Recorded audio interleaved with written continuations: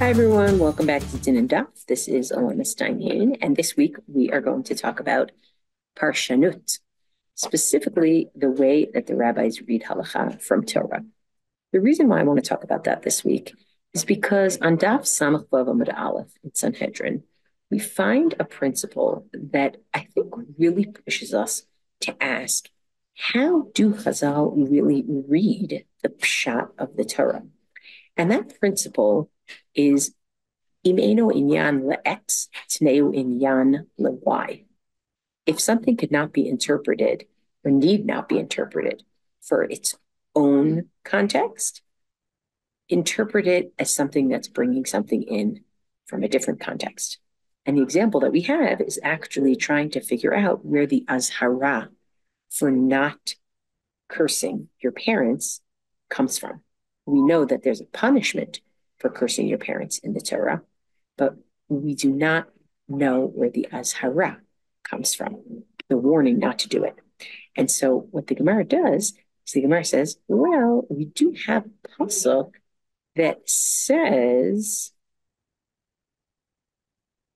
Elohim lo tikaleh, that you're not allowed to curse judges.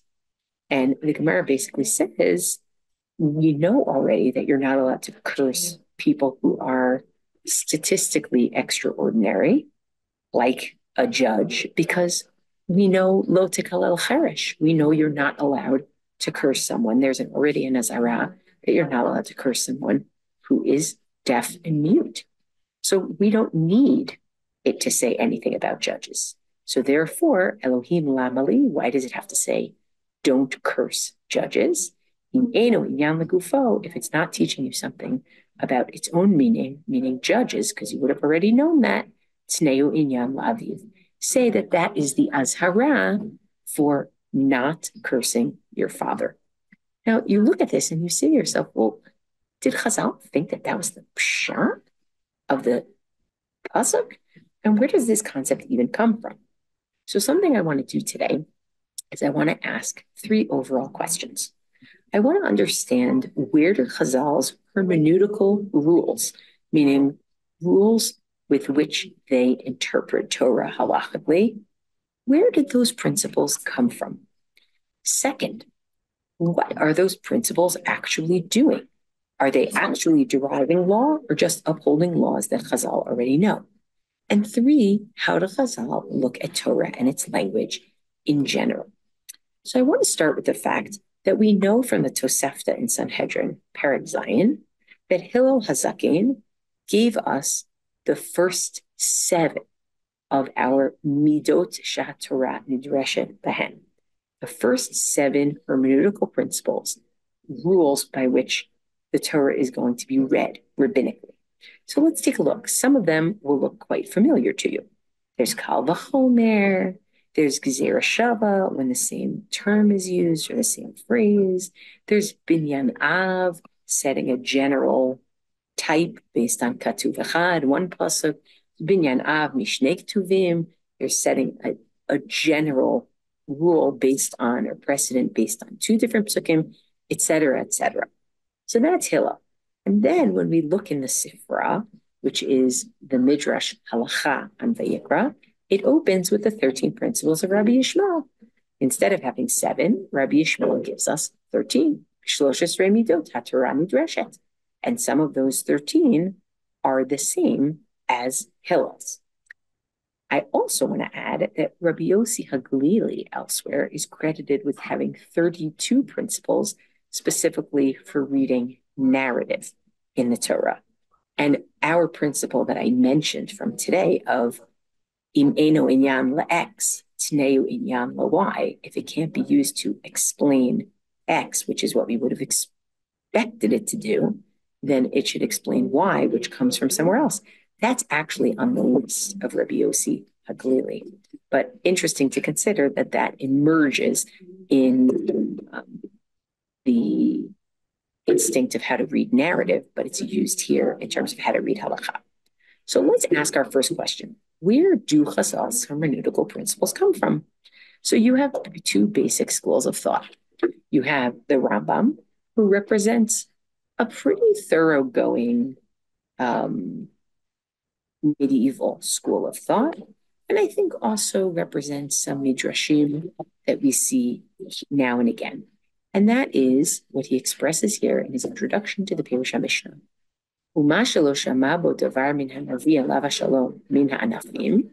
If there are things that Yehoshua did not hear from Moshe in terms of law, he would use analogy in order to derive those laws. Using the 13 principles that were given to Moshe at Sinai.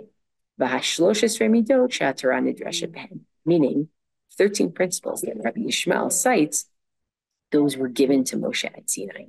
Now, if you say that, you have to suggest that probably Hillel's principles, the 7, were also given at Sinai, right? So there are questions that arise there, but suffice it to say, if you think that the Yud Gimel Midot were given at Sinai, then their authority, despite the fact that they're rather idiosyncratic and may lead to very idiosyncratic readings of Torah that are decontextualized, they have a lot of authority because they come from Sinai. They come from God, actually, right? That's one school of thought.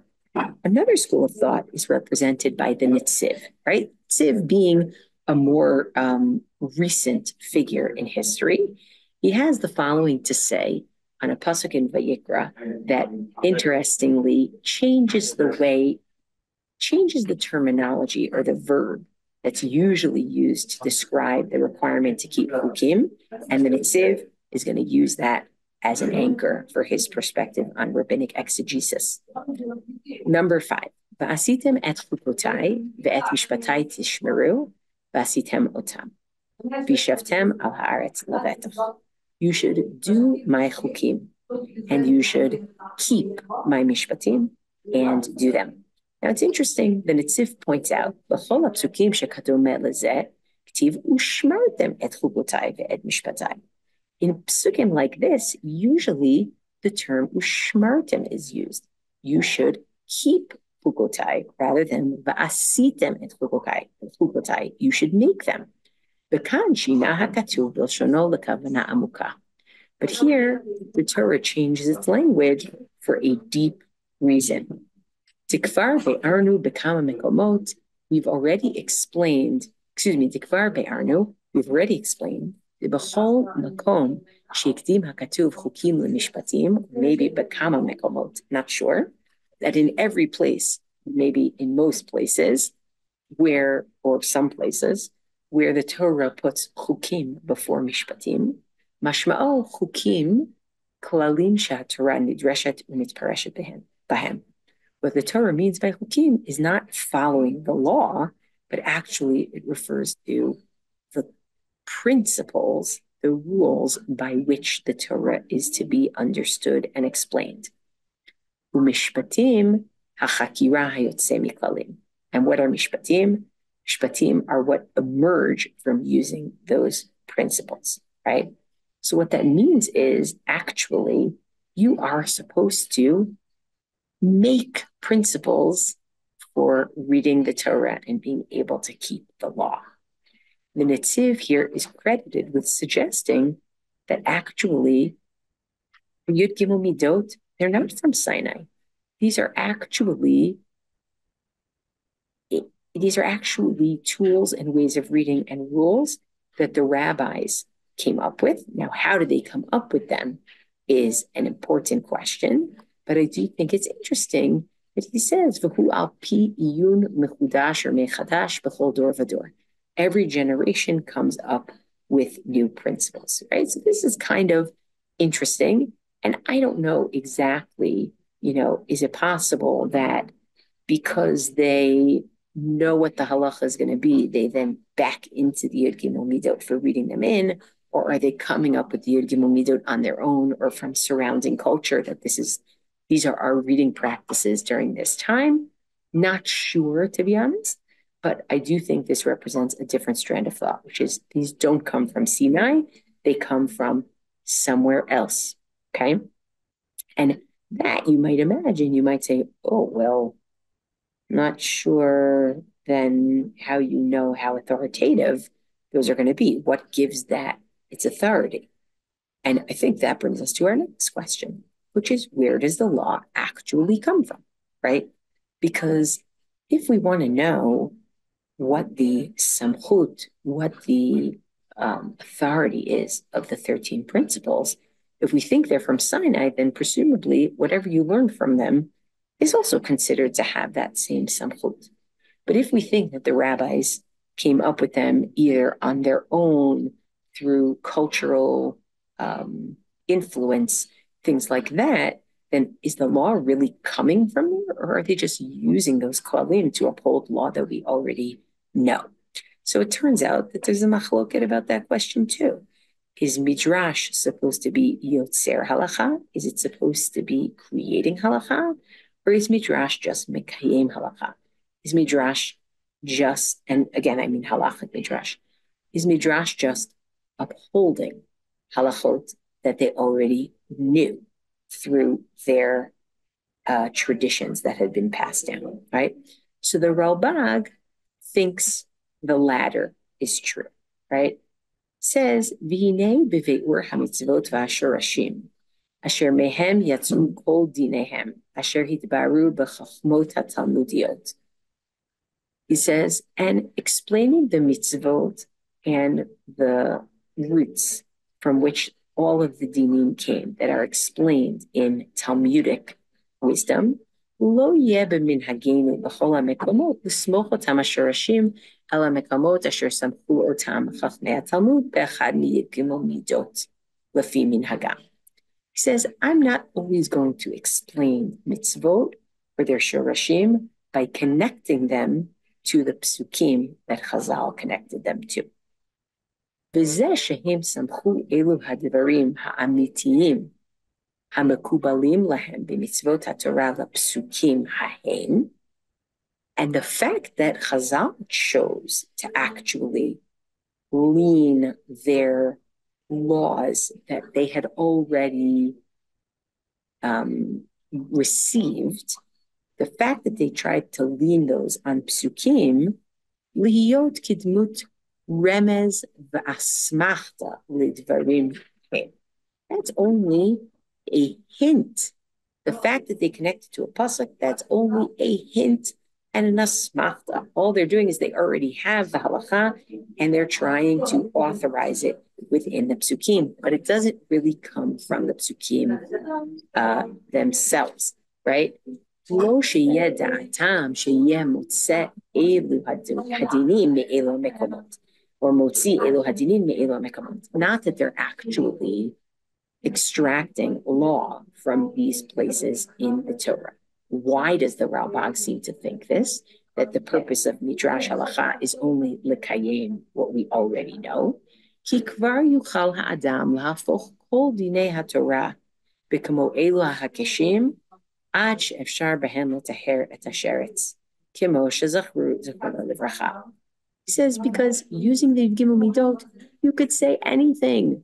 You could be metayer, something that is an epitome of Tumah, like a sheretz, which Chazal themselves say that you could do, right? Meaning, you could use the Gimel Midot to read very surprising things and the opposite of the meaning of the Torah, right?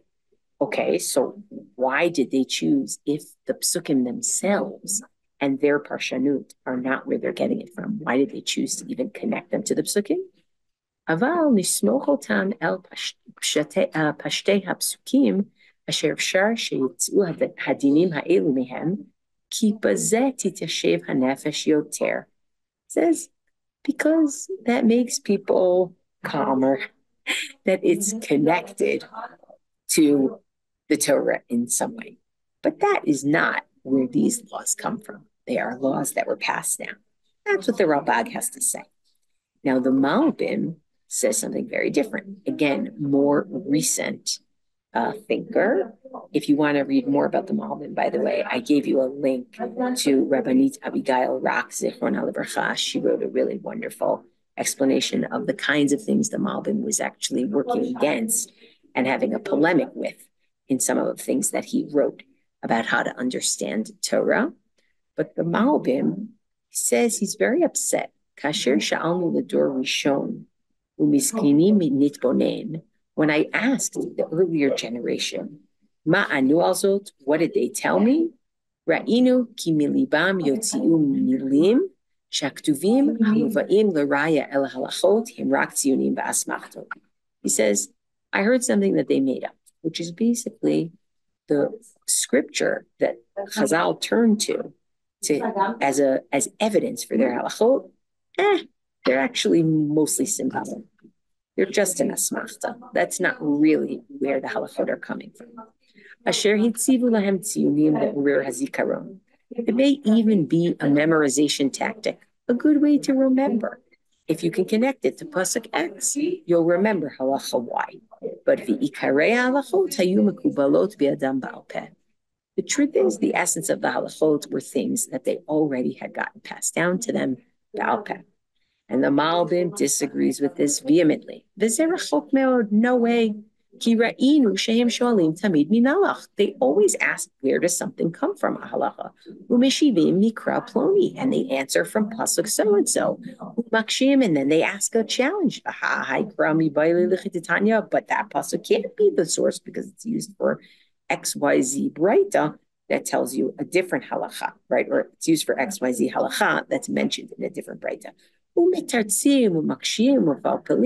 They answer, they challenge, and they do all this pilpul back and forth. The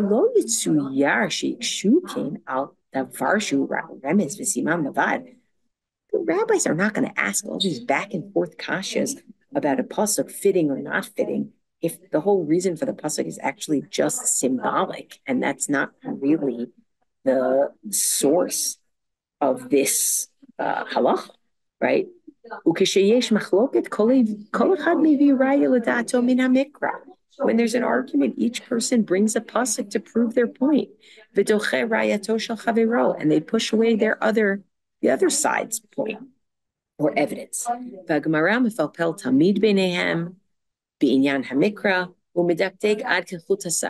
so exacting and nuanced. Right? The psukim themselves are what they use to knock things down, to build things up, to decide between two positions. He says, no, the evidence for a halacha comes from scripture itself. That's where the halachot are actually planted. Gam shorasho or gam shurshu, right? They're not like a shoresh that's in a dry desert wilderness, right? These are roots that emerge, from the ground of Torah shebichtav, right? And he goes further because you might say, what do you mean these halachot come out of the psukim? But a lot of the ways that Chazal interpret the psukim go against the pshat. So what does he say? Hadrush, you should know that the interpretation, hu hapshat hapashut, the interpretation is the actual pshat. B'chol divrei Chazal muchrachim umutba'im be'omek halashon uvisodei hasafa ha'ivriya. He says, you should know what Chazal find that looks like drash to you, and it looks like it's not the pshat, that's the real true pshat. Yeru ha'ivrim ki yesh pninim aseret monim. Jews should know that there are real riches here. Yeru ha'ivrim ki yesh neshek uklei krav neged ze'evei ze'evei Erev, the Erev Rav. I'm not sure what the Ze'evim are, but clearly there's a polemic here, right? There is something to use. There are tools to use against the wolves who come against us, or the Erev Rav, the mixed multitudes, right? He's talking about Jews who don't really believe in Torah Shabbat Peh anymore. Neged kol kofer, upoker, umakrish, umevaker, right? He's like, I have answers. There are tools. There are weapons to fight against this, right? Et cetera, right? And what he's going to try to do is he's going to try to show how the Jirash of Chazal is really pshat. And these midrashim are midrashim yotzrim, right? The midrash is actually being used to create the halakha, not the other way around, right? So two prominent schools of thought. But I actually think it might be useful to think then about the question of how Chazal really saw the Torah and read the Torah. Because, okay, if Chazal get the Yud Gimel Mitot, they've been passed down, and so it's almost like the Torah is not really Dibra Torah Kilshon Bnei Adam. The Torah doesn't speak the way that we speak. The Torah has its own rules, right? So if you think that's from Sinai, then okay, I understand how you're going to think that the drash is the pshat. But if you don't think that's from Sinai, then why can you read in that way? So then maybe you're forced to say, well, the Midrash Halakha is not actually creating the law. It's only used to uphold laws that you already know, right? So these are our options so far. I'm going to think about an additional option that actually Dr. Avi Sagi and I were talking about this, and he really opened my eyes to this way of thinking or thinking about it through this maslul, kind of through this pathway. You know, it's interesting. We could really ask the question, what does Chazal think about the Torah and how it speaks? And there's the Ramban in his introduction to his Pirush on the Torah. And I understand that this is coming from a more mystical sensibility.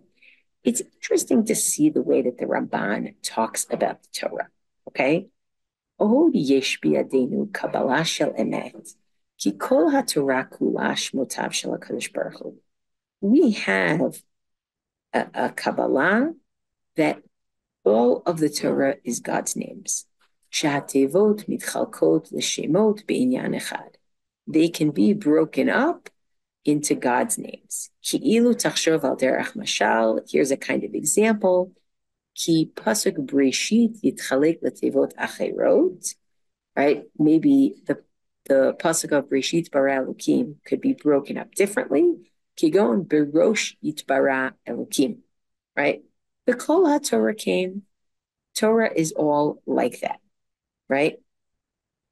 And this is very interesting because what the Ramban is describing here, and again, I understand that it's mystical, but what the Ramban is describing here is he's describing looking at Torah, certainly not Dibra Kilshon Bnei Adam, right? He's describing looking at Torah as just an ongoing sequence of God's names, right?